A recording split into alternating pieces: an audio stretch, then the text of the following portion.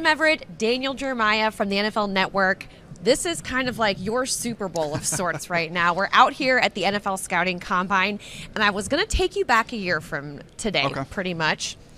You said that the Vikings were maybe laying in the weeds, quote unquote, as a team to watch for. And now with 13 wins and a division championship, seems like you were onto something. Yeah, I just do that same thing with every team that I talk to, so that I'm bound to be right at some point in time. There you go. But no, look, there's a lot of talent there. Obviously, a lot of close games this year. Yeah. But it was a team that was really close, and hey, Kevin did an unbelievable job.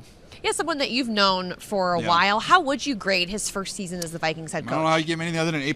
I mean, the definition of coaching really at this level in so many close games, how you manage close games. So to win that many tight ball games shows you he's doing things right, and then you mix in comebacks and everything else that come along with it. And I think a cultural change, I don't want to say that. People always feel like you're bagging on the previous group.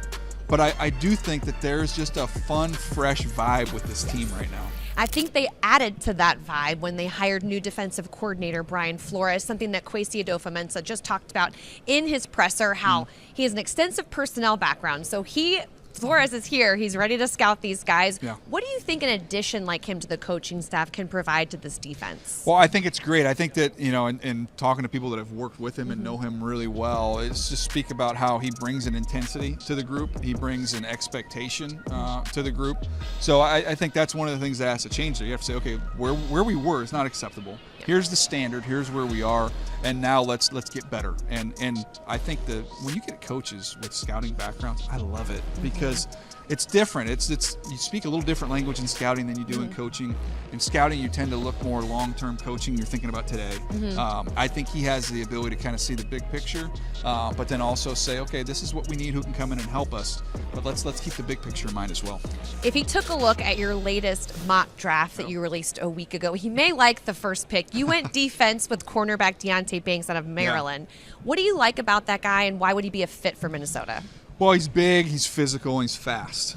So you start with the traits that he possesses as a corner. You love that. He's competitive as well. He's not a perfect player. There's sometimes he can get a little bit sticky in some of his transition movement, but at that point in time in the draft, get a height, weight, speed corner that can play the football. I think he's got a chance to be a really, really good fit, and it's obviously a spot that needs to be addressed. Would that be your number one spot for this Vikings team, cornerback? Yeah, I think so. Obviously they're going to have a decision to make at center going forward here in free agency with Bradbury, but that to me is the spot that needs to be addressed. I don't know how you focus on anything other than defense early in this draft if you're Minnesota. So currently, right now, after the first round draft pick, it's a third round pick, then a fourth and a fifth. So is there a position, or what position would be of need that has more depth that you can maybe get that value pick down there in those lower rounds? Yeah, I think there's a good group of edge rushers, and those guys, obviously there's a premium there, so you're going to see a bunch of them go in the top 40 to 50 picks. But I still think there's some other names to come through there in the middle rounds that you'll have some good players. Corner, the two deepest positions on defense are edge and corner, and then on the offensive side of the ball, it's tight end and running back. So the running back position is another area that you could grab a body there in the middle rounds. Very nice. Well, there's a very common fan question around Minnesota, and that's around the quarterback position. Okay. And a lot of fans, and I've asked these fans, what are your questions for the combine? And many of them are like, who is the Minnesota Vikings quarterback of the future? Do they trade up? Do they try to put someone behind Kirk Cousins? Is that something that we could maybe see happen come draft day? Well, I would put it this way. I think obviously Kirk's played well, and Kirk is that guy for right now. I think you're in a position where you don't have to chase it.